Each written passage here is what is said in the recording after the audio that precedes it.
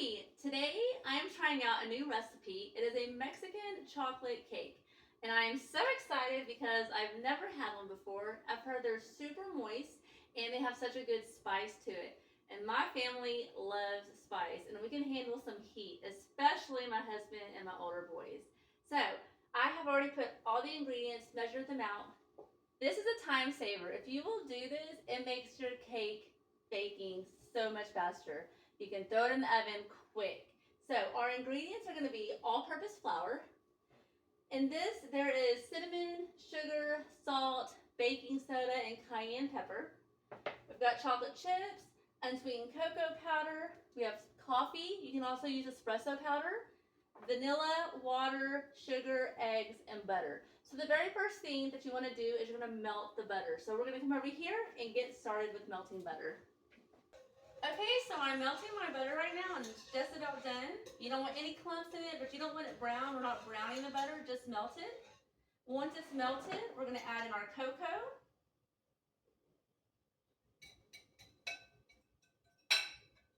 And give it a good whisk. And we're going to add in our coffee.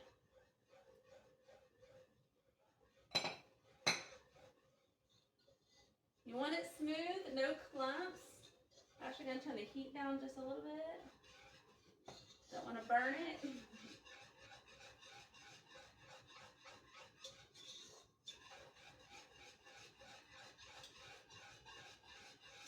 Once it's smooth, we're next going to add our water.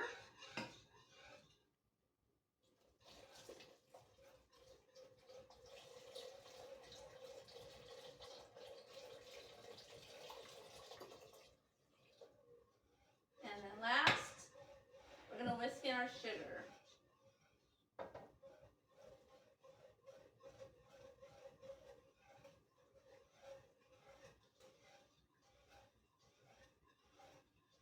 I have doubled this recipe because I have 4 kids and a husband, so I have a large family and we all want to try it. And I am going to try to stack this cake. I know a lot of people say that you don't want to do a stacked cake because of how moist it is. However, I sell mostly stacked cakes. I do sell, sheet cakes and square cakes, but that's occasionally. Most of my cakes are stack cakes, and so I wanted to try it as a stack cake just to see if I could stack it. So like I said, I doubled the recipe. If you want this recipe, just comment below recipe and I will send it to you.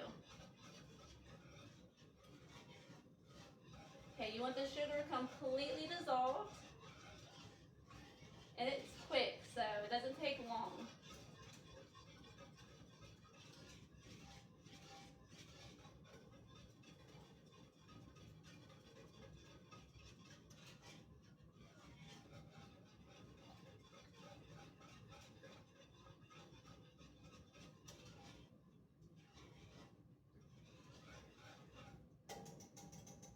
Okay, and now I'm going to turn this off and take it off the burner, and I'm going to let it cool for about 5 minutes while I'm getting all my other stuff ready.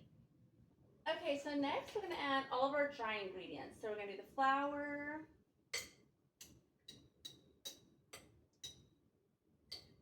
our cinnamon and sugar and cayenne and salt and baking soda, that whole little mixture, chocolate chips. Cinnamon smells so good. Okay, we're just going to give this a little stir. Just mix it all together.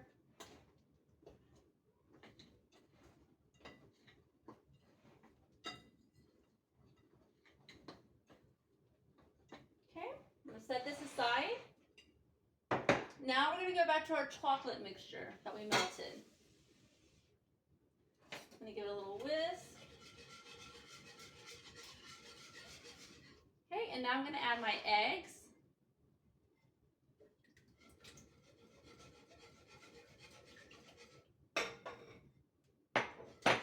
And my vanilla.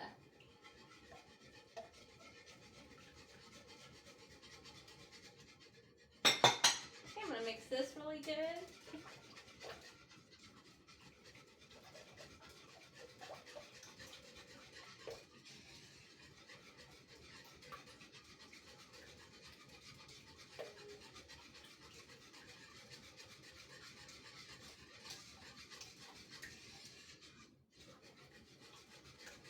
Make sure you break the egg up all the way. You don't want any clumps.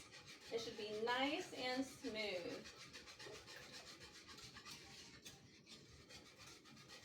Okay, once that is finished, now we're going to slowly add in our flour mix.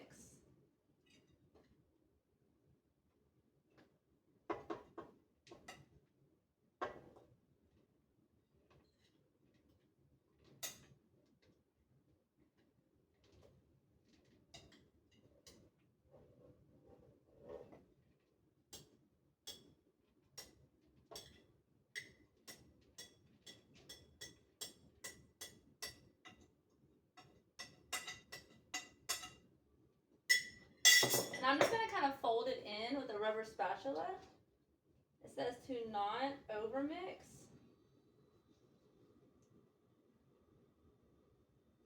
I've learned the longer you mix, the more likely it is for your cake to kind of cave in that middle spot.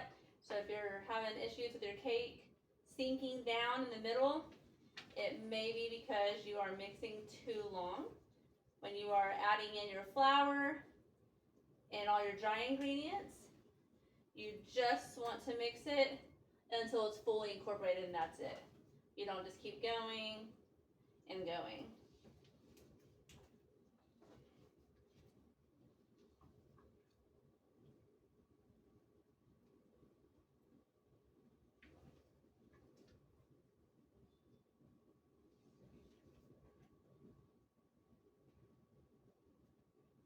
I'm so excited for this.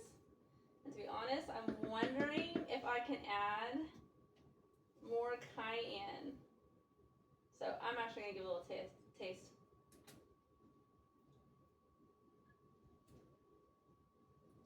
Yeah, I actually, because my family loves spice, I'm going to add some more cayenne to it.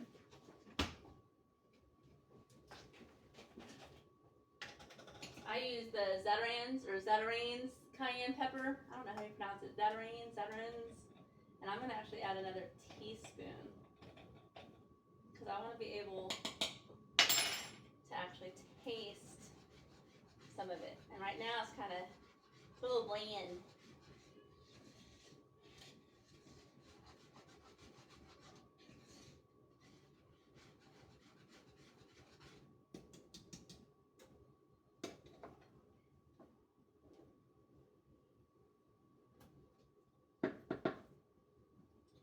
All right, yes. So it doesn't have like, it's not super spicy, but you can definitely taste it now.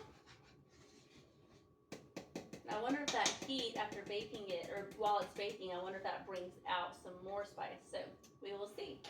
All right, so the next step is to put it in your prepared pan. So I actually use like some Baking Joy, I think the name of it. It's a baking spray that has flour in it. I just lightly spray them. I also do the butter with flour, but this was quick and easy. And these are cake wraps. They're actually wet. I put them in a cup and a cup of water, and these actually help these actually help the sides not bake as fast and get that golden, or a golden but dark brown, so it doesn't cook the outside faster than it does the middle. These are by Wilton. I love these things, so they really do help. Since I doubled this recipe, I was not sure if I was going to be able to get 3 or 4 8-inch pans. So I only have 2 prepared right now. It looks like I will be able to do more than 2. And so once these come out, then I'll add the additional ones that I can. So right now, it's going to be a little messy. Just kind of pour it.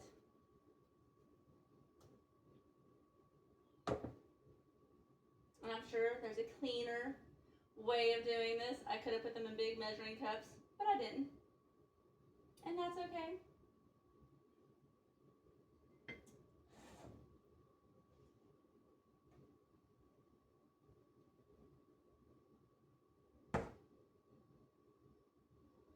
I will actually be able to get 2 more pans out of this. So yay, I'm excited. Awesome. All right, so these are ready to go into the oven.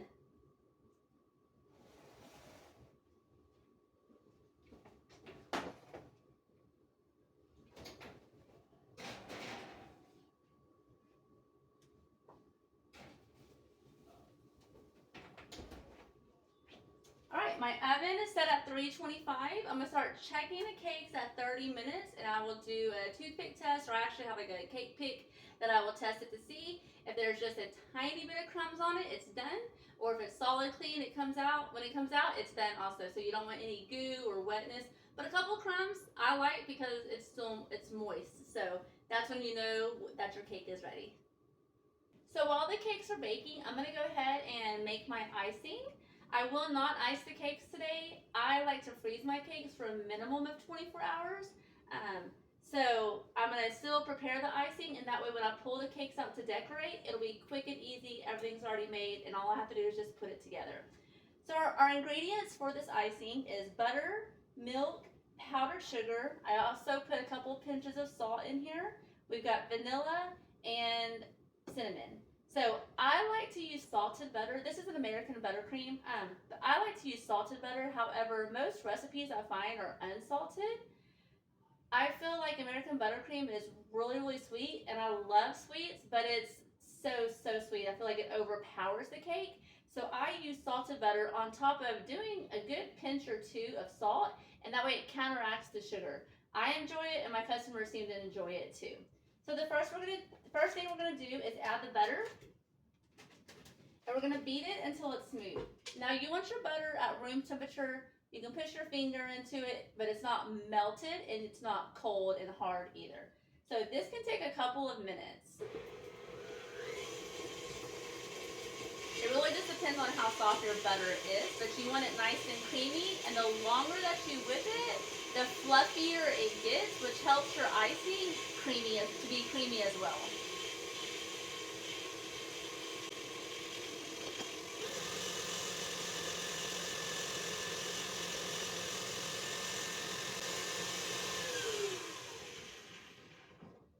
I like to scrape the sides. I like to scrape the sides about halfway just to make sure it's getting all of it.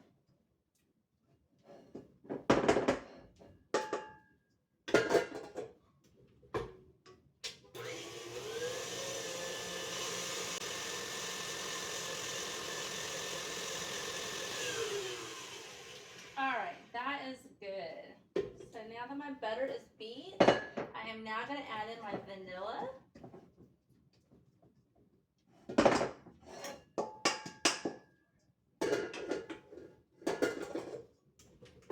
I'm just going to do it on low so I don't splash it everywhere.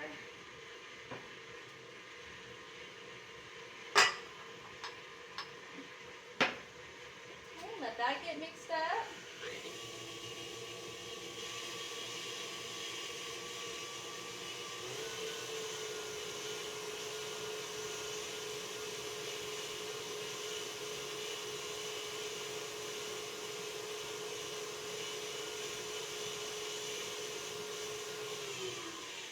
And now I'm going to slowly add in my powdered sugar.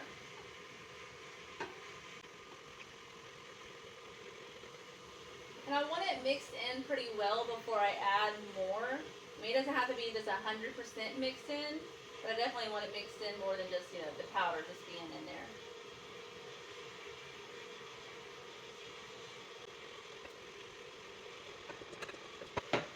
I love my KitchenAid. This is actually from my mother-in-law. She passed it down to me.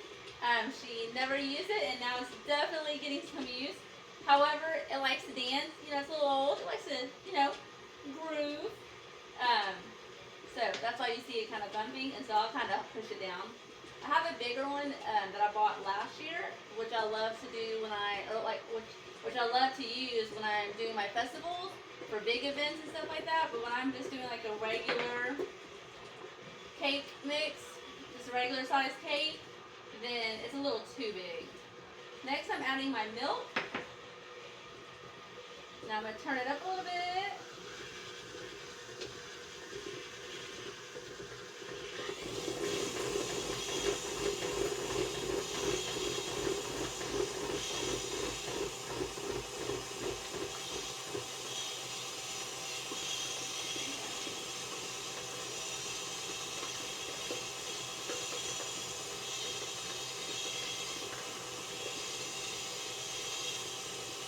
I'm going to do this for a while until it gets light and fluffy.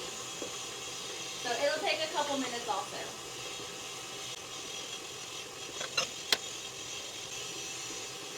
Okay, my timer's about to go off for my cake, so I'm going to actually check them down.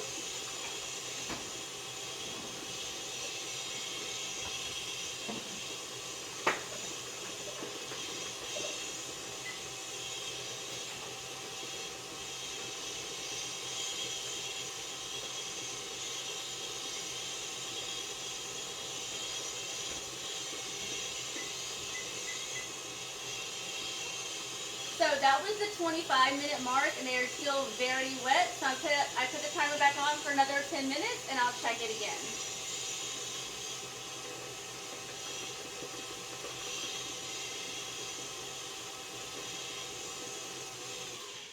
I'm going to go ahead and scrape down the sides. If your icing is too loose, then you can add more powdered sugar. If it's too firm, then add more milk. And I usually use whipping cream in place of milk. I don't ever use milk. However, this recipe called for milk, and so I'm going by their recipe first. And then if I want to adjust it the next time, then I'll adjust it. Okay, so I'm going to do some more.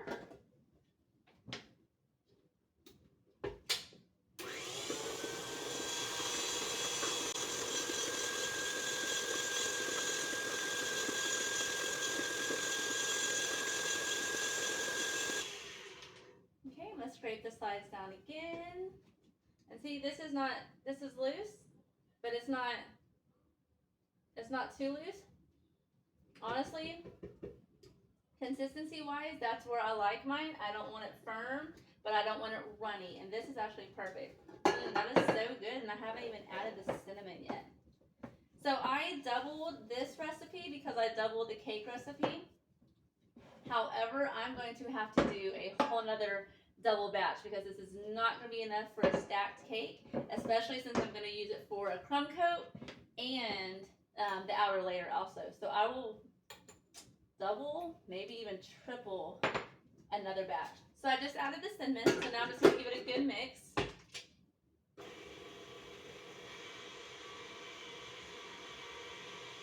Now, the original recipe, like I said, they're not doing this as a stacked cake. They're doing it, I believe, by a 9 by 13 pan, so which you would not have to double the recipe for. And so this would be enough icing for 9 by 13.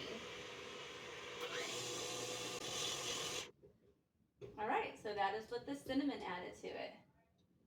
So this will be great for the crumb coat, and I was going to do the outer coat with it, but now I'm thinking if I want to decorate it, like holiday theme, different colors, you know, Christmas colors, with it being as brown as it is, that might interfere with the colors. So I might, I think I'll just do this again, but without the cinnamon for the outside of the cake.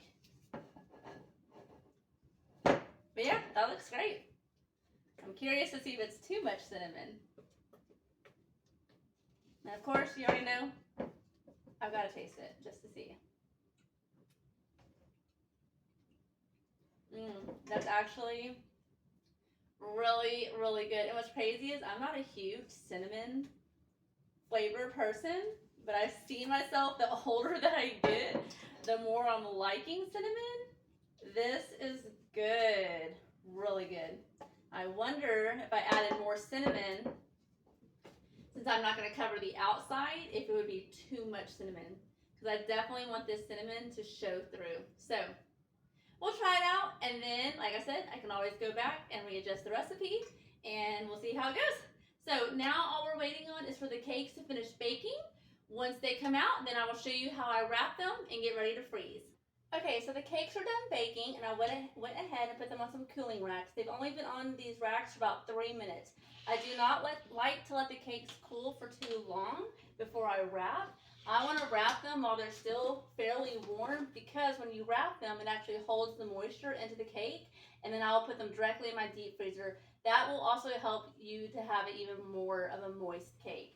So the first thing I'm going to do is I'm going to wrap them in some saran wrap. than saran wrap.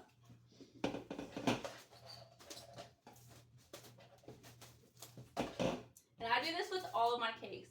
I freeze every single one of them. Like I said earlier, for at least 24 hours. But normally I will bake my cakes on Monday or Tuesday for my orders that are due on the weekend, Friday and Saturday. So that way they are freezing for several days. And then I will pull them out Thursday, put my crumb coat on, and I may go ahead and finish decorating it on Thursday, or I'll wait till Friday morning and finish decorating it. So when you put cakes in the refrigerator, you want to make sure that it has a crumb coat to keep them moist also. Never put a cake in the refrigerator that does not have icing on it. Even if you have a cake that you're eating on, like for a birthday and you have leftovers, if you have like a bowl of icing left, like I always have some type of icing on hand, even if it's in my freezer, and I'll pull it out. So if you cut into the cake, you've got your leftovers. What you do is you ice that inside part where the cake is showing and put it in the refrigerator, and it'll lock in that moisture still and keep it from going dry. So you can actually have cake in the fridge for several days without it being dry if you have it covered with that buttercream or whatever icing you're using. Okay, so I did this saran wrap twice, then I wrap it in foil. I can tell this cake is already very, very moist. And that's what people said, is that it's super moist. So moist that you can't stack it. However, we're going to try to stack it. So I'm going to label chocolate or Mexican chocolate cake. That way I do not get them confused with the cakes that I already have in my freezer. So if you don't know, my name is April, and I am a home baker. I'm a certified home baker through the Cottage Food Law in Texas.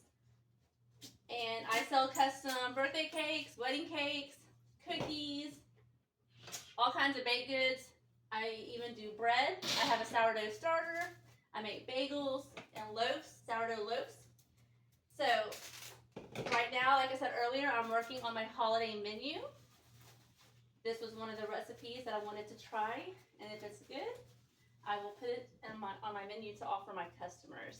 So I've been baking for close to 4 years, not quite 4, probably about 3.5. I think in April or May, maybe March, something like that, is when I started. So I'll be hitting 4 years next year. I started with sugar cookies, and because I have 4 kids, we have several birthdays. And I wanted to see if I was able to make some cakes. And so, all by the grace of God, He showed me that I have a talent with baking. And I enjoy it a lot. So yeah, so that's how I started, and hoping to continue to grow and learn new things and just continue advancing. So I love a good challenge. I love trying out new recipes and different ways to decorate. So yeah, that's where my journey is right now, and I'm hoping to, like I said, just keep growing.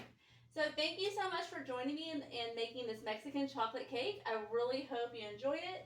Like I said, if you want the recipe, just comment below and I will send it to you. Thanks.